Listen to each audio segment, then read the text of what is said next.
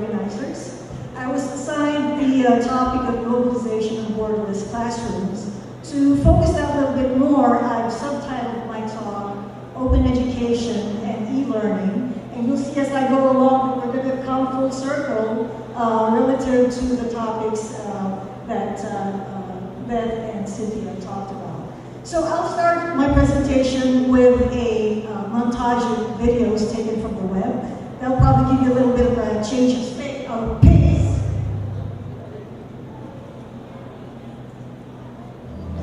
Open education is a global movement that aims to bring quality education to teachers and students everywhere. The basic idea is to put top-notch learning materials on the web that anyone can access for free. You see, unlike textbooks, open-ed resources can always be revised, so they're never out of date. Khan Academy is most known for its collection of videos, so before I go any farther, let me show you a little bit of a montage. This animal's fossils are only found in this area of South America, a nice clean band here, and this part of Africa. We can integrate over the surface, and the notation usually is a capital sigma.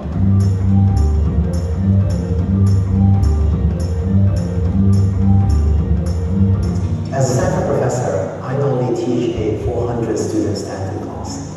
In 2011, I put my class online and reached an audience of 100,000 students. When you move away from the constraints of a physical classroom and design content explicitly for an online format, you can break away from, for example, the monolithic one-hour lecture. You can break up the material, for example, into these short, modular units of 8 to 12 minutes. Some students might benefit from a little bit of preparatory material that other students might already have.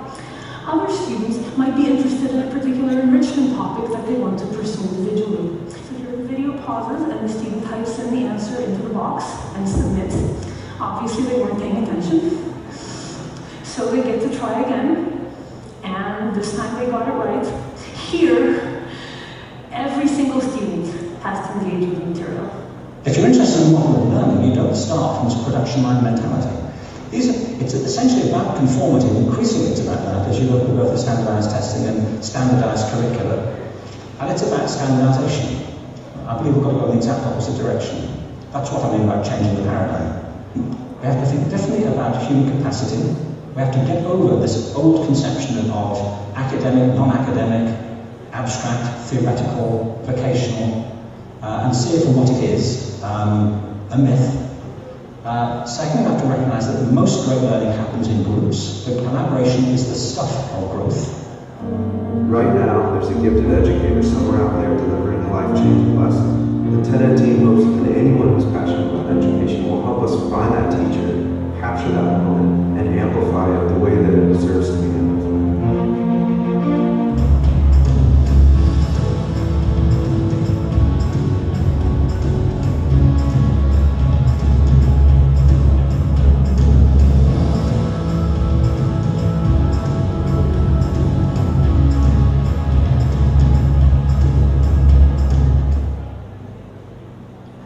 I hope you enjoyed that video montage. It gives an overview of the themes and talks I've been talking about this morning, namely technology and so-called open revolution, specifically open education and e-learning, and innovations and trends therein. I will try to relate these innovations with the principles of learning and relate them to factors like student engagement and subject matter relevance. We'll also touch upon the notion of a paradigm shift in education, which is being driven by the so-called open revolution. I'll also discuss how one might move forward in concert with these trends here at CHS through faculty development efforts and through the Classroom Without Walls project that we launched last year. Information technology is reshaping our world, reshaping our lives drastically in many ways. Everyone knows this. I mean, everyone said this morning as well. Through the internet, we've become increasingly interconnected. Information on practically any subject is readily available. And this information is media-rich, for the most part free, easily accessible, and has global reach. With this information flow, we can say that the barriers to learning have actually been dispelled from anyone. As such, technology is driving innovation in education. The engine of information technology is the microprocessor, which is essentially a chip which has integrated circuit features that are becoming smaller and smaller, so that you can pack a lot of computing power in a square millimeter. I show here a logarithmic plot of computing power versus time for a year. The computing power here is represented in terms of number of calculations per second that you can buy with $1,000. So you can see that there's been an exponential growth in the past century, and this is expected to continue in the future, so much so that we can expect to have the computing power of one human brain on a chip in less than 20 years. With the growth of computing power, we've seen the rise of mobile computing. On this graph, I show the global shipments as a function of year or time. And we see that the global shipments of smartphones and tablets, which are smaller devices, represented here by the green and yellow bars, has overtaken the global shipments of the larger devices, desktops and laptops, represented here by the blue and orange bars. The reversal happened in late 2010, so that's not too long ago. We're right in the middle of the era of mobile computing. So our planet is also becoming increasingly interconnected. On this graph, I show the number of internet users per 100 inhabitants. So the blue line represents the data for the developed world, the red line represents the data for the developing world, and the yellow represents the data for the entire planet. Obviously, the numbers are bigger for the developed world. It's not surprising. So at the present time, 77% of the population in the developed world has internet access. Compare that with 31% in the developing world. But overall, in the past 15 years, we see that there has been a rise globally. This graph gives you a visual of the distribution of number of internet users on the planet. The darker shades of blue represent numbers that are greater than 10 million. The Philippines is represented in dark blue colors, as you can see.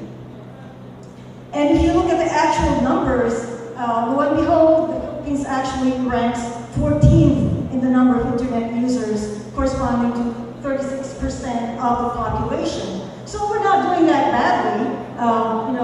Maybe in percent penetration, we're still very low, but in terms of sheer numbers, we're up there. So the rapid growth in computing power and the internet has actually led to innovations in technology, and these innovations are often referred to as open education and e-learning. So let's now take a look at some of those innovations and trends. First off, MOOCs, Cynthia mentioned them, massive open online courses. The acknowledged pioneer in MOOCs is the Massachusetts Institute of Technology, MIT. They were the first to put their courses online back in 2000 for everyone to use for free. More recently, in 2011, Stanford launched its MOOC, which is called Coursera. It was featured in my introductory videos. And around the same time, MIT got together with Harvard to launch their own MOOC edX. Both edX and Coursera believe that education is for everyone, that education is a fundamental human right. And both MOOCs operate on an open source platform which enables essential online educational functions like self-paced learning, wikis, etc. I show on this slide some features shared by MOOCs, both edX and Coursera. They offer full courses for free, given by world-class professors. The platform has interactive features, and it allows for grading, either by the professors or by the peers. Collaboration among the students is enabled by online tools. One can take the courses just by auditing, or actually take it for credit you can get a certificate of completion for a fee. There are also learning analytics that are provided so that teachers as well as students can track their progress. Now, all of the data in these systems are harvested and analyzed and used towards advancing research and development in education. On this slide, I show a list of subjects that are offered by edX. You see that practically all fields are represented, everything from biology through ethics, nutrition, music, etc. I also show the logos of some of the institutions that are participating in this edX MOOC. So we see we have American universities as well as Asian and European. Likewise for Coursera, I showed some images that represent the different courses offered. Chemistry, app development, music, writing. They actually have 571 courses offered by 108 global partners, and over 6 million students have registered with Coursera. Then there's this homegrown online system called the Khan Academy, which was also featured in my introductory video. It started out as the effort of one young man to tutor his cousins. Right now, the Khan Academy offers content on K-12 level and beyond. They have over 1,500 videos on these various subjects, math, sciences, etc. They have interactive exercises, achievement badges. They have tools for coaching and analytics. Everything is free. Khan Academy is funded by the Bill Gates Foundation and Google and other supporters. They have an average of 10 million users per month, and over 347 million lessons have been delivered. There are other online systems that not only offer educational content online, but they also offer a platform for teachers to create custom lessons. You all know about TED and TED Talks. I had a few of them featured in my introductory video. TED has actually spun out an entity called TED Ed, and TED Ed has this website where anyone here, a teacher, can submit a narrative that can be used to build a custom lesson around a TED Talk or a YouTube video, or it can be used to create an animation. And the result of this effort is also posted on TED Ed and shared with the entire world. Then there's the Open Educational Resources website, also known as the OER Commons, where content can be posted, content under a so-called Creative Commons license can be posted. So this content can be edited by teachers, again, to form or to create a custom lesson. And the custom lesson that's created can be posted back into the same website and shared with the entire world as well. There's an OER system in the Philippines. Maybe some of you are aware of eTuro, which is operated in beta mode by Gibao Foundation. They offer as well as invite content in math, science, English, Filipino social studies. Libreng edukasyon na elektroniko para sa lahat ng Pilipino. Yun ang motto nila. So thus far, I've been talking about innovations mostly that have to do with online content. Let's now turn our attention to tools, educational tools like learning management systems, call them LMS. Maybe many of you are familiar with Moodle. Moodle has been around since 2002. It's a course management system that's open source and free. And it's web-based, can be used offline and online. I show here the web portal for Naga High School, which is based on Moodle, and it shows some of the features, schedules, news, blogs, etc. More recently, we've seen the emergence of learning management systems which have a Facebook-like interface. It's like social media. And some of you are probably familiar with this, Edmodo and Schoology, as shown here. They're, of course, cloud-based, but they're available for free for teachers to use. Here in the Philippines, we have LMS systems with K-12 content integrated. For example, V-Smart, by Evolve Technologies and Evolve Publishing, and we have Genyo by the Iwa Asian Publishing Group. Both systems, however, are not free, they're fee-based. Moving along to other innovations in technological innovations in education, we of course have the emergence of tablet computers and education apps. Tablets and education apps are not only about the consumption of instructional material in the form of ebooks or videos, they're also about apps for specific subjects like anatomy, music, physics, math, etc. And you also have utility type apps, for example, for digital whiteboarding and the creation of video tutorials.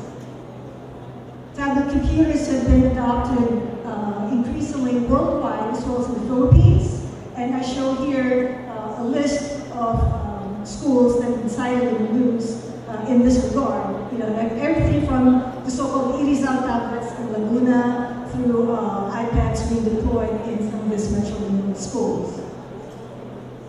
So, the classroom of the 21st century is envisioned to look less and less like the classroom that we oldies grew up with back in the old times of the 20th century.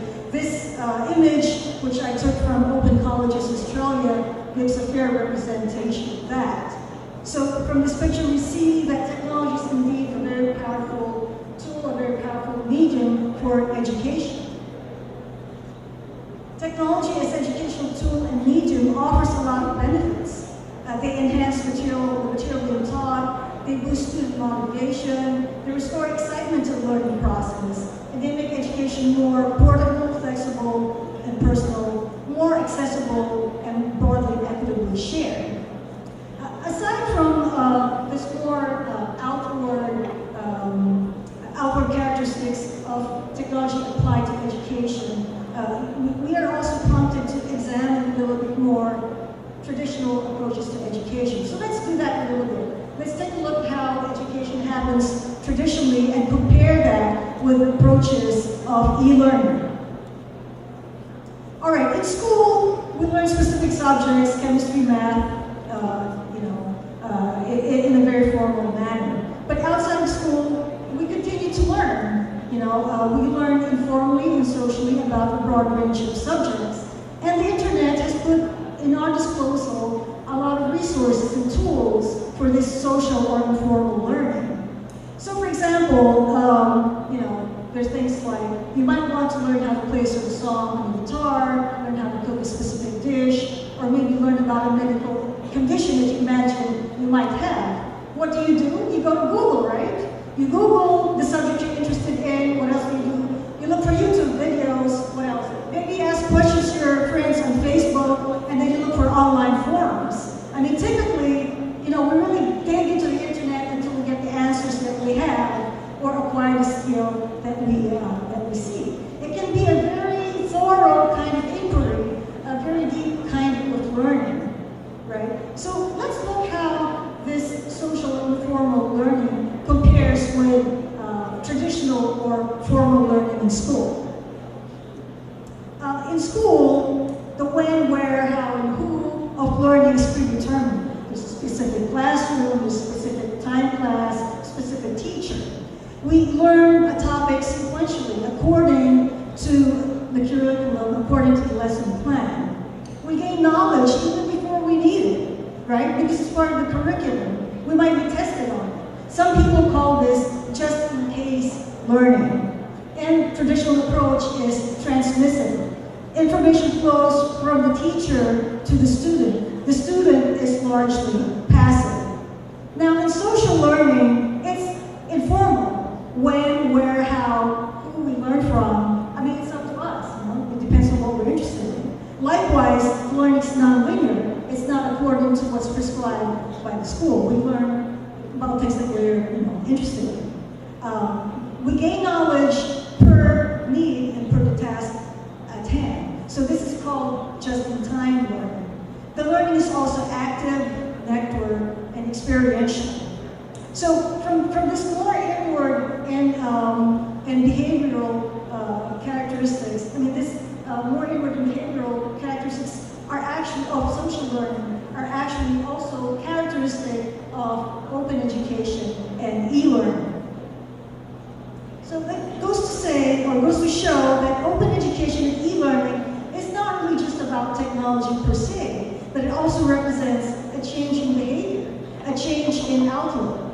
The open education and e-learning adapts to diverse learning styles. As such, there's been a new focus on the best ways to learn. There's a new focus on the learner. I mean, this resonates with what Cynthia was saying earlier. And this new focus on the learner fosters student initiative and individual responsibility. Open education and e-learning are also responsive to change. So it's almost like there's a built-in relevance to societal trends and needs. And this relevance, of course, benefits and enriches the learner. Because in the end, it's all about the learner. It's all about the learning of the learner, right? So let's look a little bit at what research tells us about learning and learners. Because with knowledge of how people learn, teachers can choose more purposefully along techniques to accomplish specific goals. In this slide, I list some guidelines that are based on key findings of research into learning. 1, use students' pre-existing understandings as foundation for formal learning. 2, teach subject matter in depth with many examples and context. This will enable students to absorb, organize, retrieve, and apply knowledge. 3, use metacognitive approaches. These are essentially approaches that let the students take control of their own learning and monitor their own progress.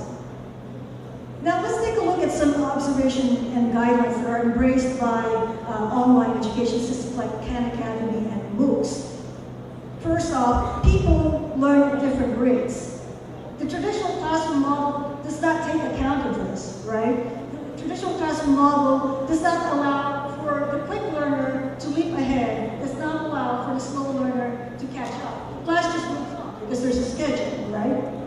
2, as a corollary to the first point, self-paced learning is actually best. And with that, the mastery approach is recommended. What is the mastery approach?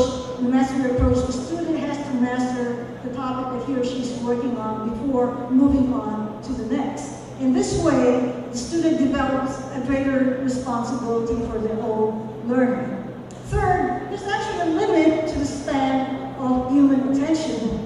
It's probably being tested right now, right? You've been sitting here for, I don't know, a couple hours now, and that limit is actually between 10 and 18 minutes. And this was shown by a study back in 1996. This was, way before the time of YouTube and FaceTime, right? So what does this say? The hour-long lecture format is actually very inefficient. Short videos or modules are more effective. All right, new learning modalities called blended learning and flipped classrooms are also associated with e-learning. Blended learning is simply the combination of traditional supervised class and self-paced peer-based learning. And the flipped classroom is the modality where students learn basic concepts on their own and then work out problems or engage in activities in class. We call it flipped because it's like classwork becomes homework and homework becomes classwork. The consequences of this new learning modalities is that actually the teacher gets to spend more time with each student. So there's a more individualized interaction, more engagement, and hence more learning. So why is it that this new approaches enhance learning? What happens during learning anyway? Learning is actually associated with chemical and physical changes in the brain. Memories form when there is new growth of connections between neurons or a strengthening between those connections.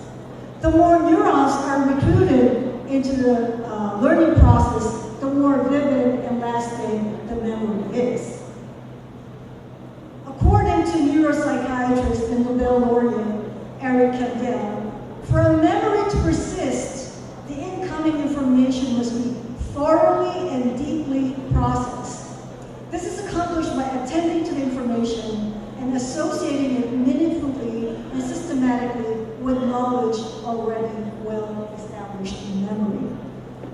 thorough and deep processing of information. It's like exercising a muscle, right? And according to Campbell, this happens by meaningfully and systematically associating new information with knowledge that you already have. So, a lot of approaches that come with e-learning actually promote the new growth of connections or strengthening of connections that occur with learning. Hence, to educate the brain, so to speak, it's important to emphasize activity, it's important to maximize associative learning, it's important to show relationships among different subjects, and to recognize that each brain is different. It's also relevant, this idea of the actively learning brain is also relevant to the constructivist theory of learning, which essentially says that the power for learning resides in the application of knowledge, that we learn best when we build or fix things or provide a service to others. There's in fact a so-called maker movement in some education circles which lives by the imperative of invent to learn. Within this context, it's been observed that collective problem solving motivates learning. There are other useful pointers or principles from the open learning community that are worth mentioning. For example, I list them here. No one can be made to learn anything. The student needs to have intent and desire. We can't motivate learners to learn, but a teacher can show relevance, can give context, so the student can motivate himself or herself. Engagement precedes learning. The student needs to be engaged. The student needs to be immersed in the task of learning. When it comes to learning, informal beats formal. This has been shown by studies and surveys. Recalling information is not the same as knowing. Regurgitating information exam, I think very clearly we know that it's not the same as applying knowledge. Last but not least, one's capacity to learn is constantly changing, and this is affected by self-perception. All right, I just want to make a few big picture statements. Engagement is key in education. Engagement emerges in an environment that's collaborative, social, passionate, values-driven, democratic, and creative. It's important to encourage independent thought and action in students. The student's mind is not a vessel to be filled, but a fire to be kindled. This is actually a paraphrase from Plutarch. Progressive and active approaches are recommended versus traditional passive approaches. Learning matters. The earlier speakers emphasized this as well. The problems of the 21st century are very complex, and deep creativity and analytical thinking are very important skills to have. Last but not least, the E in e-learning should be understood to mean not only electronic, but it also means engaging, engaged, experiential, exploratory, and effective. This big picture statements I just made actually anticipate a paradigm shift in education. The Minister of Education of Singapore talked about this in his speech in 2012. He says, in the new paradigm, education will nurture key 21st century skills, and these skills are the ability to seek, curate, and synthesize information, the ability to create and innovate, the ability to work in diverse cross-cultural teams, and to appreciate global issues within a local context. Moving forward, how might one, take advantage of these trends here in a school like CHS? And I give some suggestions in this slide in terms of faculty development. Faculty members can obviously take MOOC courses, for enrichment or for credit, and also to make global connections. You can contribute educational material to the various platforms I mentioned, but more generally, it's important for teachers to attune and align themselves with new trends and anticipate the paradigm shift. And you can also participate in the Classroom Without Walls project, which we launched last year. Let me talk about that just a little bit. Classroom Without Walls, this project is a Centennial Legacy initiative of High School Class of 73. I remember that class. It's affiliated with CHS North American Foundation. CWOW, Customer Walls, it aims to help CHS align itself with current trends by integrating technology and e-learning with the curriculum, by supporting faculty development, focusing on engaged and effective learning, and tapping and illuminating expertise and resources. I showed the program components here. You can see that it involves developing a strategy, curating creation of content, training, setting up a portal, etc. It's a lab-based approach to the program, and we start the implementation at the high school level. We will be assessing outcomes of each phase and plan the next phase accordingly. So we're presently in phase one. We're developing our strategy. We're trying to improve broadband access. We've deployed iPads. We've done training for the students. We'll be creating a CWOW web portal, starting a special project with solar energy, and maybe launching a CWOW award for e-learning. I could say much more, but as they say, a picture paints 1,000 words, and videos will paint even more. So I'll end with a video that shows some of our activities for last year.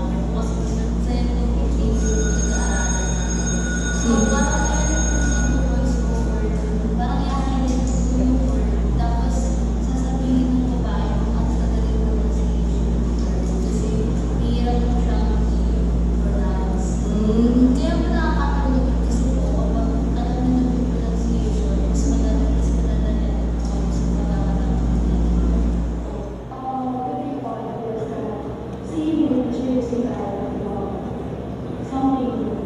something to watch them. To maximize our time because it is a way to learn more lessons and better investment. Students will learn and enjoy the study. Alright, maraming salamat po. I'll take questions unless you want